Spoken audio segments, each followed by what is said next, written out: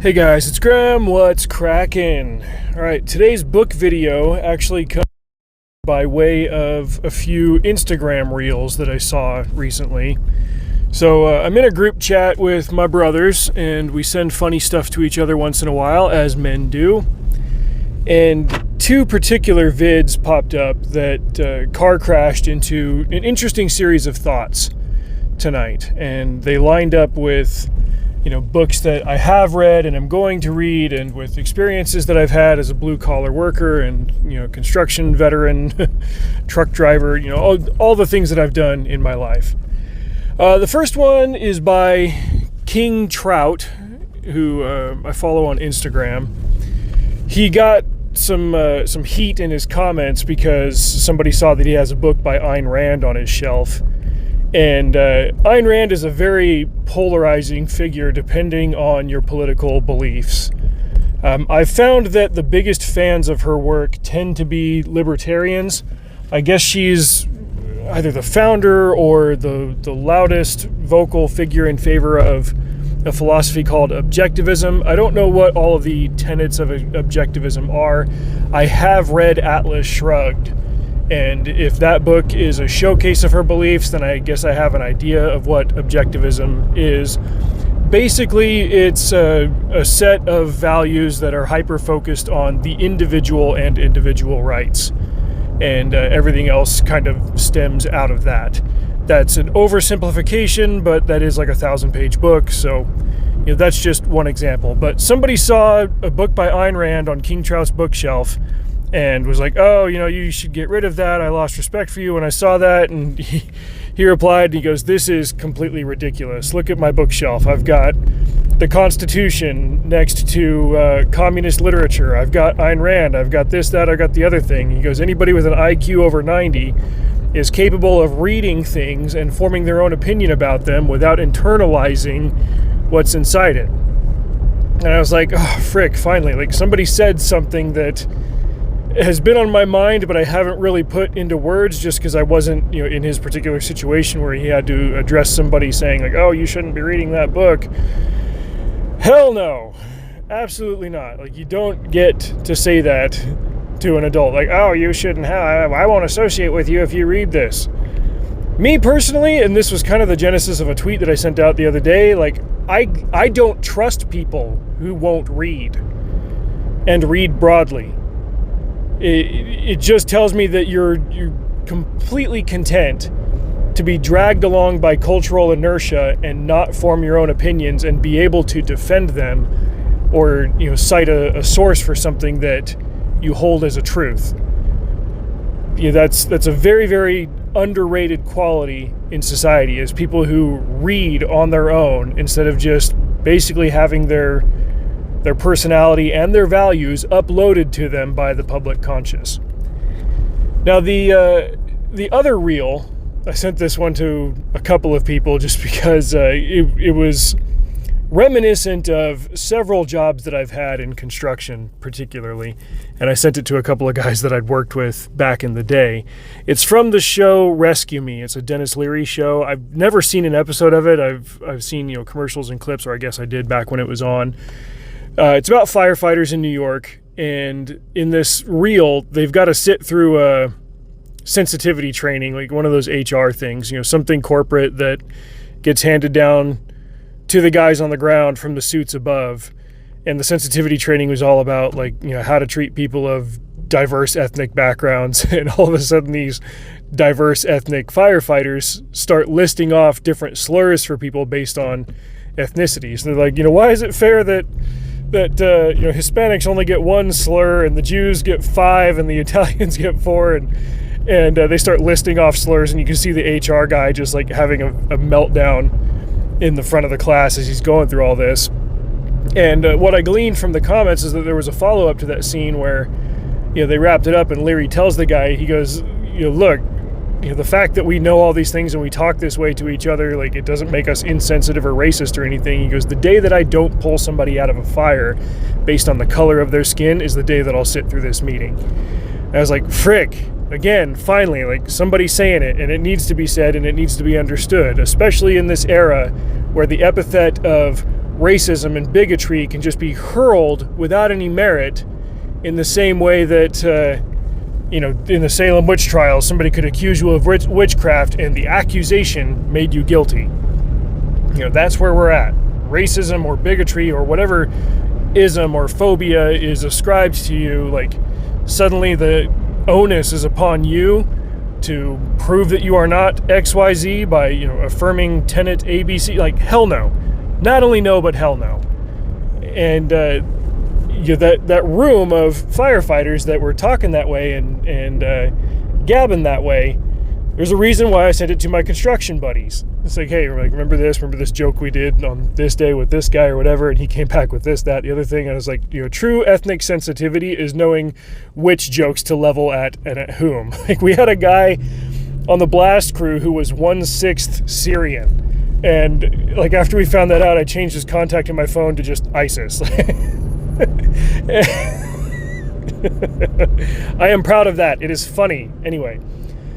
But at the same time, and I've said this before on my old podcast and everything, like, nobody cares about those particular divisions, or at least like nobody of any quality cares about those lines of demarcation about your skin color or where you came from or how you grew up or whatever, because we're all down in the dirt, just, slinging a shovel around for $18 an hour. That's the equalizer. Your value is on whether you do the work and how well and how hard you do the work. We had silver spoon sweater vest kids that tried to do the job. They didn't last long because they didn't know how to sweat and grunt it out.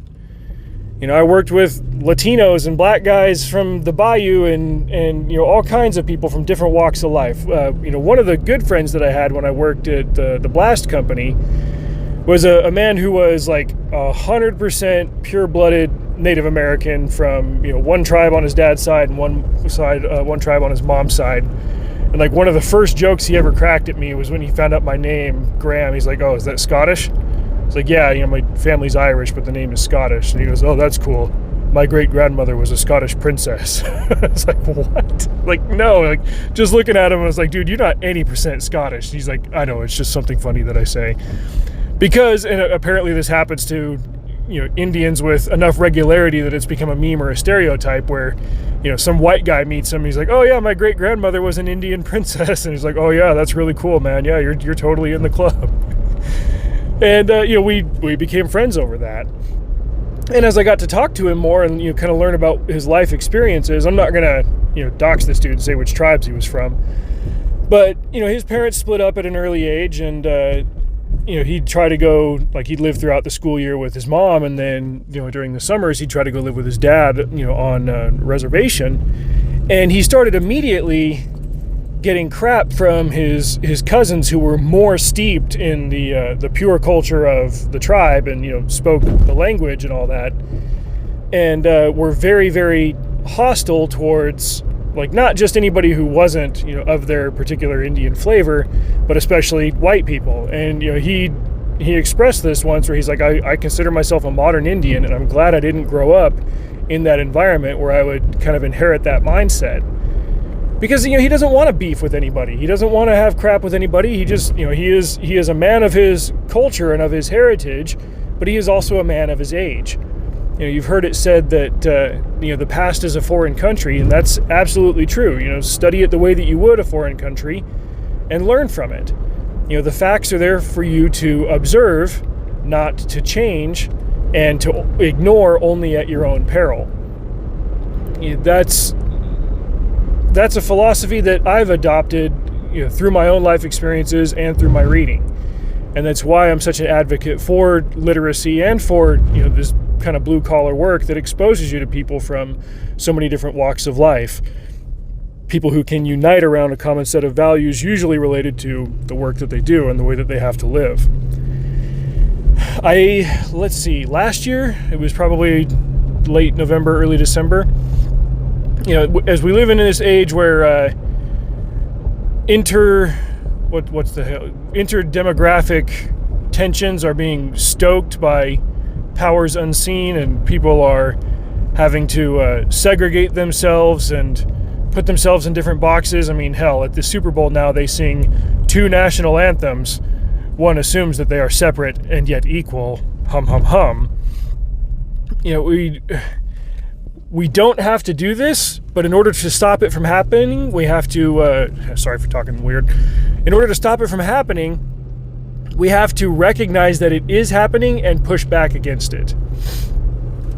People are tearing down statues. It was never going to be just about the ones that were historical punching bags like the Confederates. Now they're tearing down Roosevelt statues. They're tearing down Washington statues.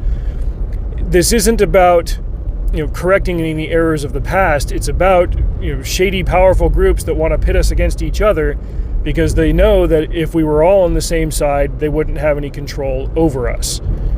That's what it comes down to. So late last year, I can't remember where it was, a statue of Robert E. Lee was taken down. Oh, the big bad evil Robert E. Lee, what did he do? Oh, he was in charge of that army that wanted to kill all the black people because they fought for the South. Anybody who has that view of the Civil War and what it is either ignorant or malicious. The Civil War is significantly more complex than just, well, these people in the South wanted to be racist and these people in the North wanted to be inclusive. Not only no, but hell no. They weren't fighting over slavery directly. They were fighting over self-governance. One side rebelled because they didn't recognize the legitimacy of Lincoln as president. Slavery became part of the formula, or at least like a more frontal part of the formula later on. It's too complex to summarize here. There are still people writing and reading and learning about this. I just became aware of the expansive library of Shelby Foote's work on a perspective of the Civil War that I've heard is very interesting and very fascinating and very I don't know what other good adjectives you want to put on it. Like I want to check it out and see who Shelby Foote is and what he's got to say about this. I assume Shelby's a dude. Could be both. I don't know. Anyway, the point is I'm still open to to learning and seeing what it is that I don't know about these significant events in our history. To form my own opinion about them, but not to try to change them. What's my opinion on slavery? It absolutely had to end. Here's the dirty little secret. If the North had won immediately, as their economic and numerical advantages suggested they should have, slavery would not have ended. They would have just brought a rebellion to heel. Emancipation didn't hit the table until a few years into the war, but that's another more complicated issue.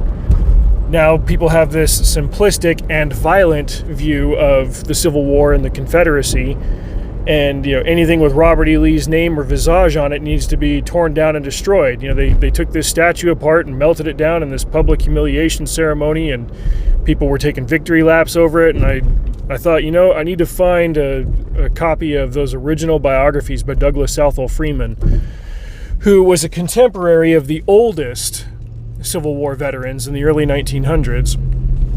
Before it gets, changed or edited into oblivion, or, worse, just removed from the record and, entirely. I got on eBay, I found the 4-volume set of a first printing from the 1930s. I was able to, pitch a low bid to the guy, I was able to get it for like $20 less than he wanted. Perfect. I've got this set. I can read it. I can learn about it. I can study, and I can form my own opinion on Robert E. Lee. A similar thing just happened tonight with, I can't remember who the author was, but a mutual of mine on Twitter had a book for sale that was written in or published in 1942, and it was a biography of Christopher Columbus, published deliberately in that year to coincide with the 450th anniversary of his arrival in the New World. The book was then cited in 1992 during a series of speeches, I guess, by Gordon B. Hinckley on the 500th anniversary. When the 500th anniversary rolled around, I was 8 years old. I remember my mom buying this big puzzle of a famous portrait of Columbus arriving in the Caribbean, celebrating the 500th anniversary of this significant historical event, for the world at large, not just the Western world. It impacted the West more immediately, but there was a worldwide impact. I mean, silver mined in Peru was causing recessions in freaking China within a short period of time. It was amazing. Read Charles Mann's books on that. That's a fascinating series of events. Nothing happens in a vacuum on this planet. But I'm getting out into the weeds. I found the first edition 1942 copy of this biography of Columbus. I said, cool, I'm probably going to read a lot of Columbus books in my lifetime. This would be a great one to read. 2022, I read the journal of the first voyage of Columbus, written by Columbus. And it was an eye-opener. I've started to really get the impression, not that I ever doubted necessarily, but started to find affirmations, I guess, that the popular 21st century perception of this man is wildly and deceptively inaccurate, especially with regard to his attitude about the natives in the Caribbean. The point of all of this is that you need to be reading. You need to be forming your own opinions, and you need to understand that a lot of what is popularly understood, everybody knows this, everybody knows blah, blah, blah, that is so easily manipulated, and most of it is bullcrap. And as I've discovered over the last 3 years of being the Mayflower guy on YouTube, people very loudly and proudly have wrong opinions about significant historical events in the Western Hemisphere. And they'll call you a name as a way to shield themselves from the hard work of studying and defending a position that they hold. Read. And don't be afraid of being called a name, because the people calling you those names are probably fat and underemployed. Speaking of employment, I'm at work. It's 1 a.m. Why wouldn't I be? Anyway, thank you guys for listening. Y'all know the drill. Drive safe. See you out there.